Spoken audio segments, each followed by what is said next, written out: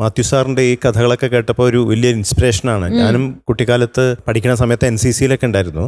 അപ്പോഴും എനിക്ക് ഒരു പട്ടാളക്കാരനാവണം എന്നുള്ള ആഗ്രഹമൊക്കെ എനിക്കുണ്ടായിരുന്നു. കരസേന അല്ലെങ്കിൽ എയർഫോഴ്സിൽ പോകണം എന്നൊക്കെ ആയിരുന്നു എനിക്ക് ആഗ്രഹം ഉണ്ടായിരുന്നത്. അപ്പോൾ ഈ ഒരു ഉശിരും ഒരു എന്താ പറയുക, ഒരു രക്തം തിളയ്ക്കുക എന്ന് പറയില്ലേ, അതുപോലത്തെ ഒരു വികാരമാണ് എനിക്ക് ഇദ്ദേഹത്തിൻ്റെ സ്റ്റോറി കേട്ടപ്പോൾ തോന്നിയത്. എനിക്ക് ചേച്ചിയോടാണ് ചോദിക്കാനുള്ളത്. ചേച്ചി എവിടെയായിരുന്നു ഈ വിവരം അറിയുമ്പോൾ? എന്തായിരുന്നു ആ ദിവസത്തെ? ഞാൻ നാട്ടിലായിരുന്നു. അപ്പൊ ഈ വിവരം അറിയിക്കണതും എങ്ങനെയാണ് ആ ഇൻസിഡന്റ്? അദ്ദേഹം കാശ്മീരിലെ രജോറി എന്ന് പറയുന്ന സ്ഥലത്തായിരുന്നു. അപ്പോൾ ആ സമയത്ത് ഞാൻ ടീച്ചറായിരുന്നു. ഞാൻ സ്കൂളിൽ വർക്ക് ചെയ്യുന്ന സമയത്താണ്. അപ്പോൾ ഒരു ദിവസം ഞാൻ വീട്ടിലെത്തുന്ന സമയത്ത് വീട്ടിലെല്ലാവരും വളരെ സീരിയസ് മൂഡിലാണ്. അപ്പോൾ ഞാൻ എന്തോ ഒരു ബുക്ക് എടുത്തിട്ട് ഞാനിങ്ങനെ വായിക്കാൻ അങ്ങനെ കിടക്കുവാണ്. അപ്പോൾ ആരും എന്നോടൊന്നും ചോദിക്കുന്നില്ല. അല്ല, എൻ്റെ അമ്മ കുറച്ച് സമയം കഴിയുമ്പോൾ എന്നെ ഡിസ്റ്റർബ് ചെയ്യുന്നത്, നീ എഴുന്നേറ്റ് എന്തെങ്കിലും ചെയ്യുക, ഇങ്ങനെ കിടക്കരുതെന്നൊക്കെ പറഞ്ഞു. ഒന്നാമത് ഞാൻ പ്രഗ്നൻ്റ് ആണല്ലോ ആ സമയത്ത്. എന്നിട്ട് എല്ലാവരും വളരെ സൈലന്റ്. അത് കഴിഞ്ഞിട്ട് എന്നോട് എൻ്റെ നെയ്ബർ വന്നിട്ട് പറഞ്ഞു, ഇങ്ങനെ ഒരു അപകടം നടന്നിട്ടുണ്ട്, മാത്യുവിന് കാലിനാണ് പരിക്കുപറ്റിയിരിക്കുന്നത്, പേടിക്കാനൊന്നുമില്ല, പ്രശ്നമൊന്നുമില്ല എന്ന് പറഞ്ഞു. അപ്പം ഞാൻ പറഞ്ഞു സാരമില്ല, കാലിനല്ലേ, അതൊന്നും പ്രശ്നമില്ല, ആർമിക്കാർക്ക് അതൊക്കെ ഓക്കെ സംഭവിക്കാം, കാലിനല്ലേ, പ്രശ്നമൊന്നുമില്ല എന്ന് പറഞ്ഞു. അത് പിറ്റേ ദിവസം രാവിലെ തന്നെ എൻ്റെ അമ്മ ന്യൂസ് പേപ്പറൊക്കെ ഒളിപ്പിച്ച് വെച്ചു.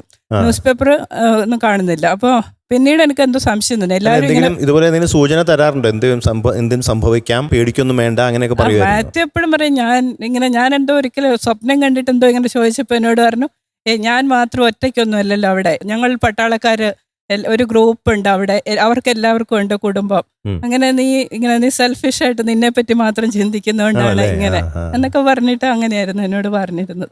അങ്ങനെയാണ് ഞാൻ അറിയുന്നത്. പിറ്റേ ദിവസം എൻ്റെ ബന്ധുക്കൾ ആരോ വന്നിട്ട് പറഞ്ഞു, തലയ്ക്കാണ് പരിക്കേറ്റത്, പക്ഷെ എന്നാലും സാരമില്ല, റിക്കവേർഡ് ആവും എന്നുള്ള ഒരു ഇതായിരുന്നു. പിന്നീട് 1-2 ദിവസത്തിന് ശേഷം ആരോ എന്നോട് പറഞ്ഞു, കുറച്ച് സീരിയസ് തന്നെയാണ്, ചിലപ്പം എൻ്റെ ബ്രദേഴ്സൊക്കെ എയർഫോഴ്സിലായിരുന്നു, അവർ രണ്ടാളും അവിടെ എത്തി.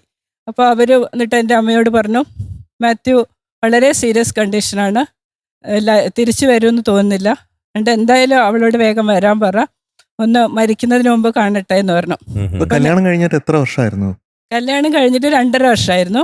പക്ഷെ പോസ്റ്റിംഗ് ഫീൽഡിലായതുകൊണ്ട് നമ്മൾ അവിടെ ഫാമിലി അല്ല, അവിടെ അല്ല. അപ്പം ഞാനിവിടെയും മാത്യു അവിടെയാണ്. അപ്പം ഇടയ്ക്ക് ഇങ്ങനെ വന്നു പോവുക, അത്ര തന്നെ, അങ്ങനെയൊക്കെ ഉണ്ടായിരുന്നുള്ളൂ. അപ്പോൾ ആ ഒരു സമയത്ത് എല്ലാവരും ഇങ്ങനെ പറഞ്ഞു, മാത്യു മരിക്കുന്നതിന് മുമ്പ് വരിക എന്നെല്ലാം പറഞ്ഞപ്പോൾ ഞാൻ പറഞ്ഞു, ഇല്ല, മാത്യുവിന് മരിക്കാനൊന്നും ആവില്ല എന്ന് പറഞ്ഞു. ഇപ്പം എനിക്ക് അങ്ങനെ ഒരു എനിക്ക് ആ വിശ്വാസമായിരുന്നു. ഞാൻ പറഞ്ഞു, മാത്യു എന്താണെങ്കിലും ഇപ്പം മരിക്കില്ല, മാത്യു മരിക്കൊന്നുമില്ല, അത് സമയമുണ്ട്, ഞാൻ സാവധാനം പോയാലും പ്രശ്നമൊന്നുമില്ല. എൻ്റെ ഉള്ളിലൊരു തോന്നലാണ്. പക്ഷെ അവിടെ ചെന്ന് കണ്ടീഷനൊക്കെ കണ്ടപ്പോൾ വളരെ മോശമായിരുന്നു. എന്തായാലും ദൈവത്തിലുള്ള വിശ്വാസം അത് തന്നെയാണ് എന്നെ ഇന്നും അന്നും മുന്നോട്ട് നടത്തിയത്. അതൊരു പട്ടാളക്കാരന്റെ ഭാര്യയുടെ ഒരു വലിയ ധൈര്യമായിട്ട് കാണാം. തീർച്ചയായിട്ടും, അതെ അതെ, റിയലി ഗ്രേറ്റ് അല്ലേ. ഞാൻ ദൈവത്തിൽ പൂർണ്ണമായും വിശ്വസിക്കുന്നു. കാരണം നമുക്ക് എല്ലാവരുടെയും ജീവിതത്തിൽ പ്രതിസന്ധികളും വിഷമങ്ങളും ദുഃഖങ്ങളും ഒക്കെ ഉണ്ടാവും. പക്ഷെ നമുക്ക് തരണം ചെയ്യണമെങ്കിൽ നമ്മളെ മുന്നോട്ട് നടത്തുന്ന ഒരു ശക്തിയുണ്ട് എന്ന് വിശ്വസിച്ചാൽ മാത്രമേ നമുക്കതിനെ അതിജീവിക്കാൻ സാധിക്കൂ. പിന്നെ എപ്പോഴാണ് അദ്ദേഹത്തെ കാണുന്നത്? ഞാൻ ഒരാഴ്ച ആയിട്ടുണ്ടാവുക. ഒരാഴ്ച നമുക്ക് കുറച്ച് ഇവിടുന്നൊക്കെയുള്ള യാത്രയൊക്കെ അറേഞ്ച് ചെയ്യാനുള്ള ബുദ്ധിമുട്ട്, അങ്ങനെയൊക്കെ കാര്യങ്ങൾ. ഞാനും മാത്യുവിൻ്റെ ബ്രദറും കൂടെയാണ് അവിടെ എത്തിയത്. അപ്പോൾ അത് ICUലാണ്, വെന്റിലേറ്ററിൻ്റെ സഹായത്തോടെയാണ് ഇത് ജീവൻ സപ്പോർട്ട് ചെയ്തിരിക്കുന്നത്. മറ്റ് ഒന്നുമില്ല, എന്താ പറയുക, വെജിറ്റബിൾ സ്റ്റേജ് എന്നൊക്കെ പറയുന്ന പോലെ ആരെ അറിയുന്നില്ല, ഒന്നുമില്ല, എന്നൊരവസ്ഥയിലായിരുന്നു.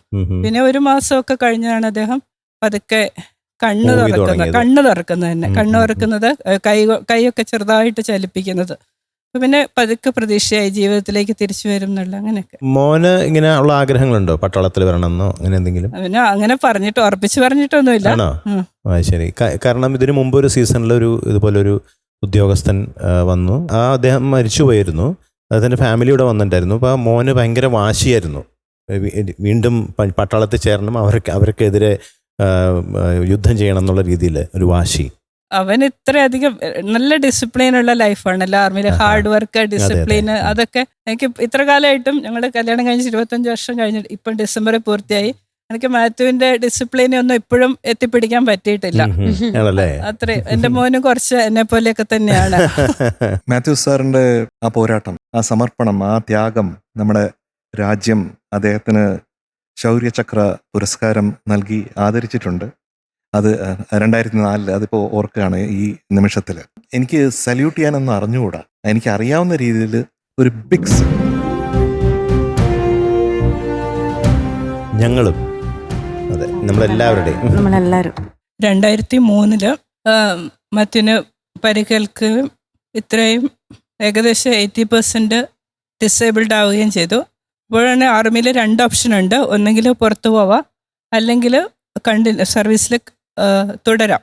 അപ്പം മാത്യു പറഞ്ഞു എന്തായാലും ഞാൻ സർവീസിൽ നിന്ന്, കുറേ ആളുകൾ പറഞ്ഞു സർവീസിൽ നിന്ന് പോകുന്നതായിരിക്കും നല്ലത്. പക്ഷെ മാത്യു എപ്പോഴും പറഞ്ഞു എനിക്ക് എൻ്റെ യൂണിറ്റിനോടൊപ്പം തന്നെ കണ്ടിന്യൂ ചെയ്യാനാണ് താല്പര്യം എന്ന് പറഞ്ഞിട്ട് ഫുൾ സർവീസ് 2025 മെയ് 30 ഇപ്പോൾ റിട്ടയർ ആയിട്ടേ ഉള്ളൂ. അതുവരെ അദ്ദേഹം പല ഭാഗത്ത്, നാടിൻ്റെ പല ഭാഗത്ത് സഞ്ചരിച്ച് സർവീസ് പൂർത്തിയാക്കുകയും എല്ലാ പരിപാടികളിലും. ഇപ്പോൾ ഞാൻ പറഞ്ഞത് വളരെ കുറച്ച് കാലത്തേക്ക് മാത്രമാണ് മാത്യുവിനെ ഞാൻ അങ്ങനെയൊക്കെ കെയർ ചെയ്തിട്ടുള്ളൂ. പിന്നീട് മാത്യു വളരെ സ്ട്രോങ് ആയിട്ടുള്ള ഒരാളാണ്.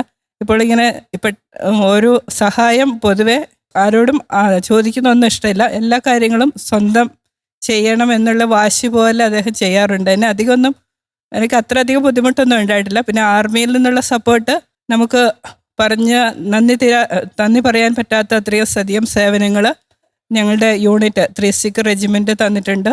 ആ യൂണിറ്റിനും ഞങ്ങൾ ഈ സമയം ഈ ഫ്ലോറിൽ വെച്ചിട്ട് 3 റെജിമെൻറ്റിന് ഒരു നന്ദി അറിയിക്കാൻ ഞാൻ ആഗ്രഹിക്കുകയാണ്. ബാക്കി എല്ലാവർക്കും ഒരുപാട് സുഹൃത്തുക്കൾ, ആർമി സുഹൃത്തുക്കൾ അല്ലാത്തവർ എല്ലാം, എനിക്കിതുവരെ ജീവിതത്തിൽ അങ്ങനെ വളരെയധികം ബുദ്ധിമുട്ടേണ്ട ഒരു ആവശ്യം ഉണ്ടായിട്ടില്ല. കാരണം ആരെങ്കിലും ആയിട്ട് എപ്പോഴും സഹായിക്കാൻ ഉണ്ടായിട്ടുണ്ട്. അത് ഞങ്ങളുടെ അവകാശവും അവരുടെ കടമയൊക്കെ ആയി എല്ലാവരും കണക്കാക്കുന്നുണ്ടാവാം.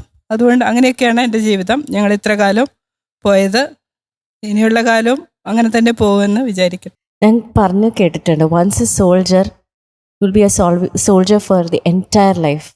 അതായത് നമ്മൾ ഫുൾ കാഴ്ചപ്പാടുള്ള സോൾജറായിട്ട് തന്നെ ആയിരിക്കും എന്ന് ഞാൻ തീർച്ചയായും കേട്ടിട്ടുണ്ട്. മാത്യുവിൻ്റെ കാര്യത്തിൽ 100% മാത്യു അന്നും എന്നും അതേ ഫൈറ്റിംഗ് സ്പിരിറ്റുള്ള ആൾ തന്നെയാണ്. ഇപ്പോൾ മാത്യു തൻ്റെ ഫിസിക്കൽ ഡിസബിലിറ്റിയോടാണ് പോരാടുന്നു. അന്ന് കാശ്മീരിൽ തീവ്രവാദികളോട് പോരാടി എന്നേ ഉള്ളൂ വ്യത്യാസം. അദ്ദേഹം അന്നും ഇന്നും എപ്പോഴും ഒരു സോൾജിയർ തന്നെ. അതെ, തീർച്ചയായിട്ടും.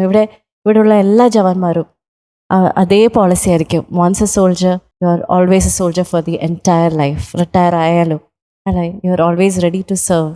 മാത്യു സാറിന് കുട്ടിക്കാലത്ത് തന്നെ ഈ ഒരു ആഗ്രഹം ഉണ്ടായിരുന്നു, സോൾജർ ആവണം? ഓഫീസറാണുള്ളൊരു തീരുമാനം അത് പണ്ടേ ഉണ്ടായിരുന്നു. അല്ല, ഒരാളുടെ വ്യക്തിത്വം അങ്ങനെ ആരെങ്കിലും ഇൻസ്പയർ ചെയ്തിട്ടാണോ? അത് പഠിക്കുന്ന കാലത്തൊരു പിന്നെ ഒരു NCC ഉണ്ടായിരുന്ന ഒരു TV ഗംഗാധരൻ സാർ പിന്നെ മരിച്ചുപോയി. അവൻ്റെ ഇത് അനുസരിച്ചാണ് ഞാൻ പോയത്.